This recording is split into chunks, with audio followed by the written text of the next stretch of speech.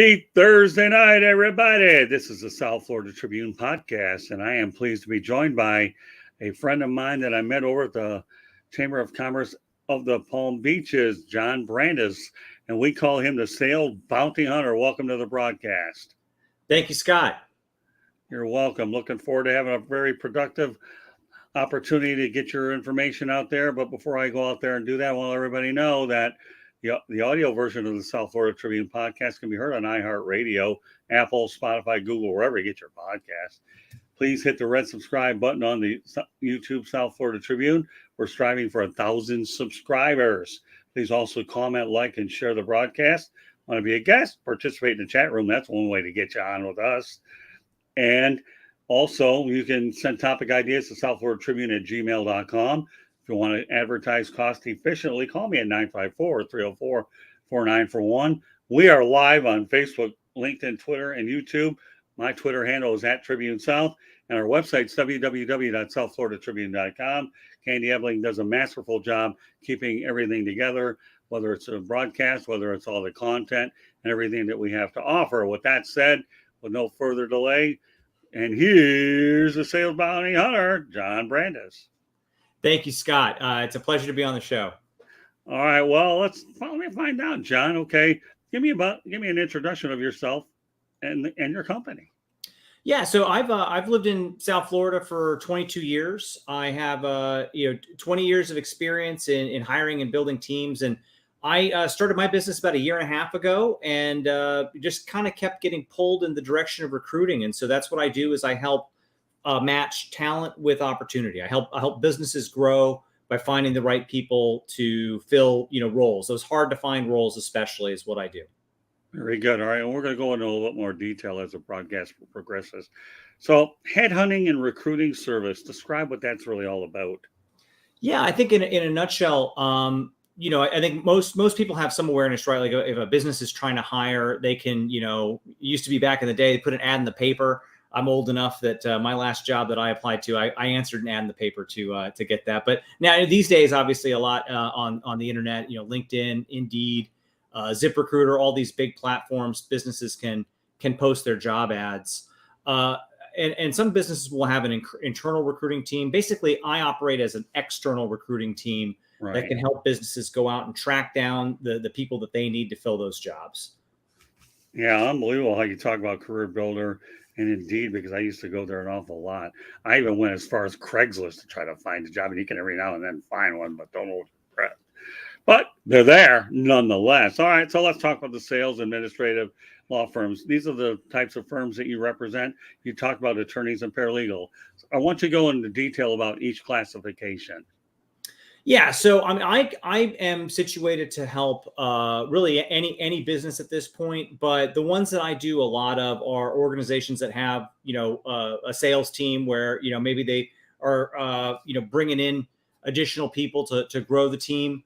Administrators like office manager, an admin assistant, an executive assistant. These are all different types of folks. Even some accounting roles at times. I've been able to help get like a bookkeeper in, and then I find I do a lot of business with law firms. So whether it's hiring a legal assistant or a paralegal, or again an office manager, or bringing in attorneys. And so I've done work with a lot of different practice areas, personal injury, folks involved in litigation, real estate attorneys, all kinds of stuff. It's a lot of fun. All right. So of these three, which one do you find to be the most challenging? I've always thought myself, you're actually recruiting for law firms.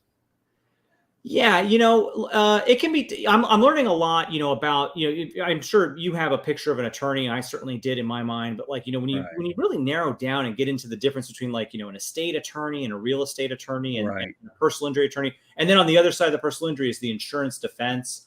There's a lot of nuance there, and not a lot of overlap often between those different types. But to your point, in terms of being the hardest, the funny thing is like a lot of times you'll find the perfect person that has the right qualifications, but then when you talk to them, they don't particularly want to continue working, in a law firm or, as an attorney. I often joke about it being like, the actor that really wants to direct, right? Like there's always this sort of like aspirational wanting to get on past that. And so it's finding the right person with the right background and that, has the right attitude and wants to do, you have to have that want to, right, as well. And so it's all those pieces coming together, and it can be very, time consuming and challenging, but it's a rewarding challenge. And, my whole point of view is to, if you're a business owner, Scott, right, like to take that burden off your plate and put it on mine. And that, I take care of that work, and I'm just serving up instead the, kind of the final product, or at least maybe a stage below the final product, so that you have an easier time going through that. And let's talk about the paralegal aspect of things. Do you find it easier to recruit a paralegal than it is an actual lawyer? Maybe a little bit, because there's a little less of a paralegal that is looking to change lanes, I guess. That they've already invested a fair amount. I mean, as a lawyer has invested in their schooling and everything, but they're going to be doing that work. At least in my experience, the paralegals I've talked to, of course, everybody's nice and it's easy to deal with most folks, but there's a little bit less of that. If you find the right person, again, though, there's a lot of variation there, and different skill sets with different types of law firms, or whether they've worked for a company. So it's hard to paint with too broad a brush. But yeah, you make a good point. There's there's certainly more paralegals than there are attorneys, right? That's the other thing, is that you talk about finding like a needle in a haystack a little bit. Right. Like there's simply fewer of them. When you're looking in some of the tools and resources that I use to find candidates, you end up finding a much higher quantity. Like, for example, if I'm looking for salespeople, I mean, it's almost like you can throw a rock and hit a salesperson, right. And when you get into some of the other categories, it takes a little bit more. You have to turn over a few more rocks to find them. Well, you bring up a really cool point here. Okay, what's it like to work in the sales field? There's so many different sales occupations. Are there any ones that you limit yourself to? Because sales is about as wide open as you can get. It is a broad category, and there's a lot, just like the different, types of attorneys and practice areas, there's a lot of different types of sales. Everything from, whether it's inside or outside, are you the kind of person who's in an office fielding incoming calls, or are you out, going door to door? And like, like we've talked about, right, there's variation and overlap in between those layers. Like, people can move from one to the other. I've never been a big fan of the idea that, like, just because you were selling business to business, that you can't now turn and go and sell consumer, B2C and go and deal with consumers now, or vice versa. I'm a big believer in the fact that a lot of those skills are transferable. But then again, I serve at the pleasure of my clients. And if they are looking for someone that has a specific background, then, that's my job, is to go out and find people that match those skills. Well, back in another lifetime, I used to do in-home sales, and it was a one-call close situation. Do you ever run across a situation where you do one-call closes? Because I'll tell you, nowadays, I'll bet a one-call close to me is probably rare, because I think consumers are a lot more intelligent in the manner that they shop around, and they also have the resource of the internet to research more than they ever have. I mean, but back when I was doing it back in the 80s and the 90s and a little bit into the 2000s, one call close, you have to have a tremendous amount of persistence to be able to stay in there that long. Did you get a real charge out of closing like that and being able to accomplish it in that one call? No question about it. I have to tell you, I could tell you stories one time where I was in a house for 10 and a half hours to write a $20,000 home improvement business. The only regret I have about that, though, John, is I never contacted the Guinness Book of World Records. I was in there with my uncle, and we had a lot of fun. I mean, and luckily the deal cleared. So otherwise it would have been 1 10.5-hour waste of time. But no, you're pot committed at that point. Well, one day when we go to eat, I'll tell you more about it. I want to make sure we keep this as generalized, focus on you. But yeah, I've done alarm systems and home improvement in the past, and they were a much different level of closing for sure. But sales is what it is. It's not. Tom Lasorda once gave me the acronym that it's not the best salesman that gets the sale; it's the one that wants it more than the next.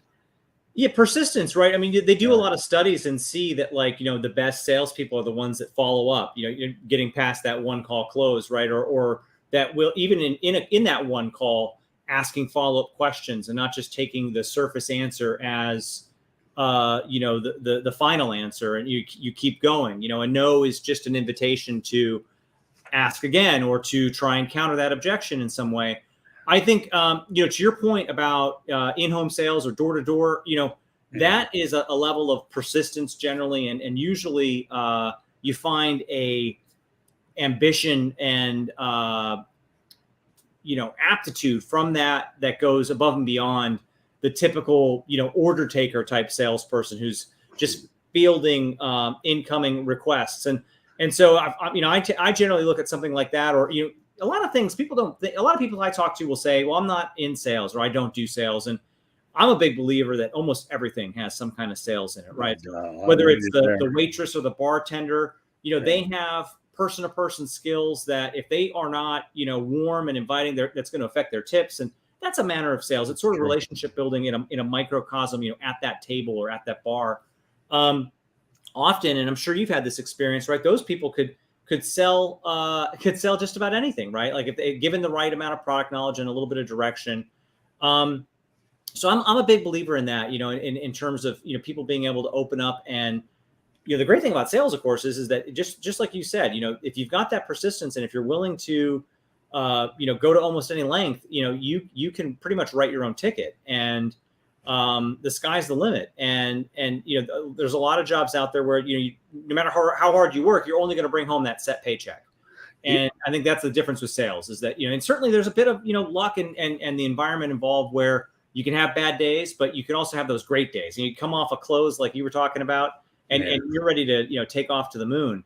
And that's, something that kind of surprised me about this. The recruiting aspect is very much a sales thing.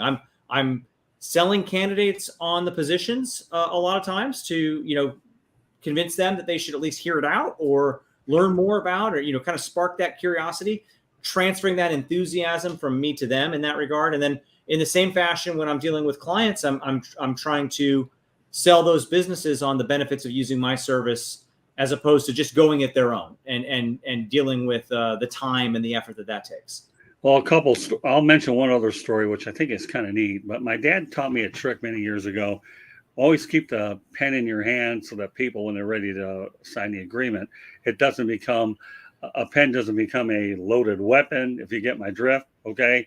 And he was right. He kept it out in front. But I was working in a house in Canton, Michigan. Went through the vinyl window pitch. Okay. And then I found out they didn't want it. So after all this time, so what do you want? I mean, they wanted wood windows. I had to figure the whole thing out. But here's the thing. These people kept giving me caffeine, and the more caffeine you get, I'm dangerous at that point. I mean, tonight you got me on a mellow night, but this is, but the reality is I did sell the deal for $7,500. But when they wanted siding and they didn't want me back because they were afraid that they were going to have to buy. They just wanted estimates. So, but let's face the reality. I mean, I understand that you just have to find out with your client. One of the interesting things that I've tried to tie with sales, and maybe this might be something you could gravitate to. Being a journalist myself, I've always predicated them on the 5 W's and 1 H. Who brought you in here? What are you interested in? When are you looking to do it? Why are you looking to do it? When are you going to do it? And then how are you going to pay for it? And I always knew in my mind that when I was over at the door initially, I usually know within first 10 or 15 minutes if I had a real buyer or somebody that simply wanted what they were promised, and that was a free estimate. But I took those journalistic skills and tried to go ahead and incorporate them into my thing. And then I learned the chess game, which we all are playing at some point or another. And that's how you're able to put the equation. Now, again, this is what I was learning on the fly. It worked out for a lot of years. I'm thrilled to be back in the media. I mean, this isn't selling anything. You want to get exposure. You want to build your brand, or not. Brand is just pun intended. Kidding with you. I love it. But I understand, again, your process. And, from one former salesperson to an individual that deals with them a lot, I think that what you do is something very admirable. And I think that a lot of people need to find out more about it. So let's talk about your client base. Okay. You indicated you have them in Palm Beach County as well as all over the country. Please elaborate.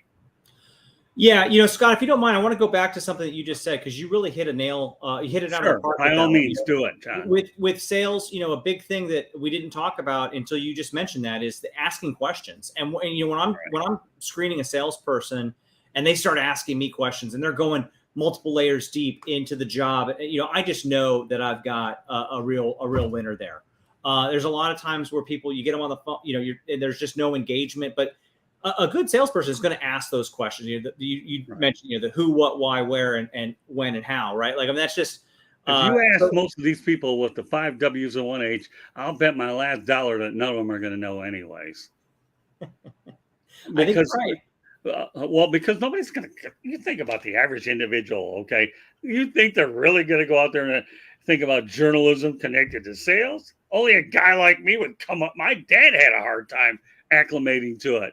And then here, I'll take another story about my dad who owned the company, is when I started writing agreements that were so thorough, and I mean so thorough, he said, Scott, you're not writing a story here. I said, Dad, you're wrong. He said, what do you mean by that? Because now he wants to know what I'm thinking about. Dad, the more detail I write this, the more comfortable the customer is, and the post close is a heck of a lot easier to finish it off when they know they're getting truly what they paid for, instead of writing a bland contract with a bunch of loopholes in it. And when he began to see that my deals are canceling, do you think this guy was going to question me? He didn't realize that Robert Redford may be considered the natural. I'm the unnatural. Okay. I said, I took sales to a much different animal. They say, hey, listen, Dad, the reality is you and my brother didn't think I could do it in the first place. And my mom said if we could, she shut the place down for a minute. Say, he's got to sell Mickey, and that's about it. And you know what? My brother and my dad had to eat crow because I proved my mother right. And they finally realized there's more to this guy than just the old journalist guy that was out here, because he has certain techniques which are probably far different than what's normally taught on the road. In fact, I'll even take it a step further. In the alarm business, I had one of those, how those Foreman clipboards are, how they open up and down. Yeah. Rather than a lot of those people that would go out there and show the keypad, I would take a couple of their brochures and cut them up and fill my top, the back and the front on it. And the guy says, why are you doing this? Because I don't want to be bothered with some stupid key. I'd rather go out there and just show it to them. Let's go to the scoreboard. Boom, it's right in front of you, and that's it. And I call that my cheat sheet. The guy said, I've never seen anything like this before. As it turns out, I was one of his better salespeople, and he learns, wow, I can't believe you did this either. But not about me, but I'm just trying to give you some ideas, since this I love it, that we can exchange information, and you'll have the opportunity to listen to the show and watch it all you want. And maybe you're one of those guys that'll watch the show and take notes 5-10 times and then put it in your repertoire. And if you do, more power to you, Johnny. So I just want to get those stories out. I never have a chance to do it unless I got a guy like you on. And then you're opening up the yesteryear portion of the broadcast. Go ahead. Happy to help you get those stories out. Now, to your other question though about my the area that I service. So certainly I'm located in Palm Beach County. I'm in Palm Beach Gardens, and I have clients in the area. We met at a chamber event. I'm pretty active with the Palm Beach North Chamber up here, and that's great. And obviously that's, I've got a pool of candidates that I draw from here. It's where I have like my relationships. Like I said, I've lived here in South Florida for 22 years now. But the nice thing about this business is that I'm not limited. Like, somebody doesn't have to come and meet me personally in order to do business. And so I got a call from a law firm out in San Francisco. I was able to help them in an emergency basis, very quickly fill some open positions. And, so, I mean, we can do business we can help businesses all over the country fill open spots. And I actually have a network of recruiters that I can call into action to help, accelerate that process as well. Yeah. So you're telling me you can go ahead and do remote interviews is what you can do by taking advantage of the Zoom technology, right? Yeah. Zoom, even the phone, honestly, like there's a fair amount that you can get done a number of different ways to skin a cat, so to speak. Yeah, well, I try to not skin a cat because I got two of them, but I understand the analogy. The only cat analogy I ever use is Morris, who has 9 lives. I'm trying to make the most of the one that I have. So, but if you're going to bring a cat analogy, you're going to get one back. Hey, listen, man, I'll bet you're getting more than you bargained for on this show, aren't you, John? You're a rascal, Scott, but I'm in for it. That's good stuff, man. All right, so let's talk about the fact that you tailor solutions to fit clients' needs. Please elaborate on that. Yeah. So, different businesses have different expectations of how this process is going to go, and they have different challenges that they're trying to overcome. I mentioned that law firm, like they were looking for speed. They had an emergency; they needed it solved yesterday, and so as it happens, it was we were able to snap into action and call in some additional resources and really put a lot of effort into filling that spot. One of the first recruiting jobs I filled, I had a client who had the last 4 people he had in this key role had all fallen out for different reasons. And so they were sort of like, their confidence was shook. They felt like they had a bad picker, and they really wanted help, not just in the finding of the candidates, but really getting intensively involved in the screening of them. And so I actually sat in on the interviews and really, steered the interview process in the final selection. So, went right from identifying the candidates, screening them, scheduling the interviews, and then, really leading and kicking off those interviews so that they felt a little bit more confident in the selection process and that they were getting the right person. All right. So your objective, you say, is to solve hiring problems and match the talent with the jobs. I found that interesting. So tell me more about that. Well, out there, everybody is, this is a tough job market. There, a lot of businesses, as we know, are struggling to find people, and for business owners, that a lot of times, like they're focusing on what they're best at, and a lot of times that's not, all these different, techniques and channels that you can use to find people. And when push comes to shove, I have the ability, like I can sit down, I can just pick up the phone and talk to candidates, and most business owners, like they're really pressed for time. They don't have that same ability. And the people that are applying for jobs, a lot of them are not, resume experts. The average resume gets looked at for 6 seconds. So I do something crazy, Scott. And when I have, applicants coming in, or, looking at the resume, I pick up the phone and I call them. And it's old fashioned, but it works. I take the time to talk to each candidate. And if they're not a fit for the job that I'm looking for, I commit to the fact that I'm going to try and find them something that will be a fit for them. And that's not something I can do anything like, batting 1,000, but it is something where I've found, it's a relationship business. And so, you may not be a fit for this job that I'm trying to fill now, but maybe the next job down the road or one after that will be a fit for you. And in that way we can, match the talent to the opportunity. That's where I'm coming from there. So if I heard you correctly, you say the average resume is actually looked at for 6 seconds. That's it. That's what studies show. Yeah. And so, all these different things they talk about putting on the resume, all this different information, like people are generally scanning for a couple things. They want to see what your job tenure was, did you have 3 jobs in the last year? That's generally going to count against you, right? Like they want to see 2 years or more in each job for the last several jobs. And then they're looking at, job title and company to see if they could even, tell what it is that you did, if it's applicable to what they're doing. And then they begin to, drill down onto skills and see that you're meeting the qualifications for the position. So, really and truly what people are looking at for is there anything on here that I can exclude you for, right? So if I'm looking at John Brandis's resume and I see that he doesn't have a law degree, like, well, right away you're moving right off the pile onto the next thing, right? So it's very quick and easy, often, quick and and reckless almost, because often there's diamonds in the rough that you're not finding. That's what I find. All right, so let's go back. You make an interesting point. Job tenure, 3 jobs within how long?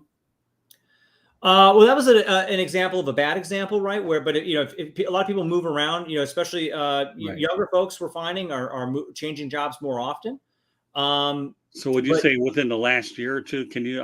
Yeah, I do see some folks that have had they've changed jobs multiple times in a year. That that can be a red flag for employers that this person is not able to perform in the job, right? That's a signal that people are looking at it in resumes for sure. And then you also said that 2 years at least, they're looking for at least 2 years on a job, right? Yeah, I find the hiring managers that I'm working with often they want to see some consistency in your prior job tenure. Yeah.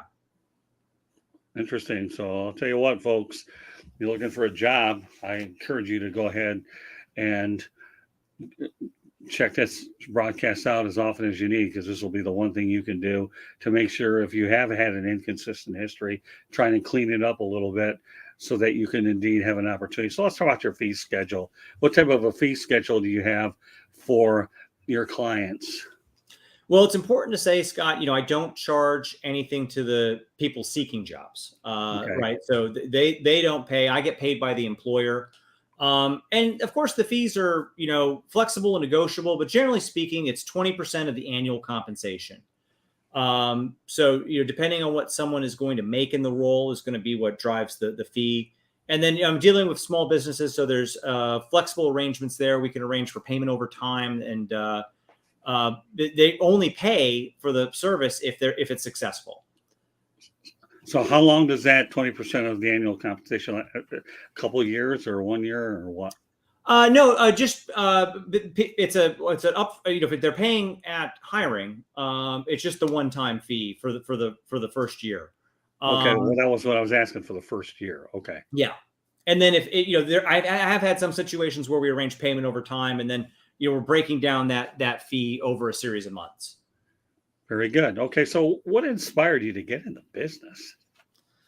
It's interesting. So I had, as I mentioned, kind of a long career, and I was feeling kind of like, it was time to move on and do something else. And I'd actually gone through a job search myself and wasn't really, feeling good about the way that process went.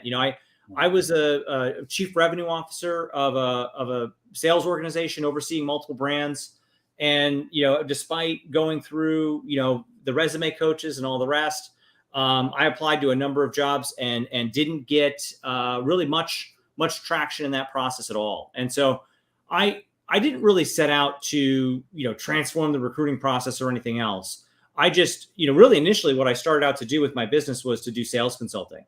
But I just kept getting pulled in the direction of recruiting. I had, colleagues and friends and businesses reaching out to me to see if I could help find, this person or that person. And, about halfway through my first year in business, I looked and I saw that, 75% of my revenue was coming from recruiting. And so I kind of took a pivot at that point and figured I should focus in on that. And I do like it. I get to meet lots of different people. I get to learn a lot about, different businesses and different job functions.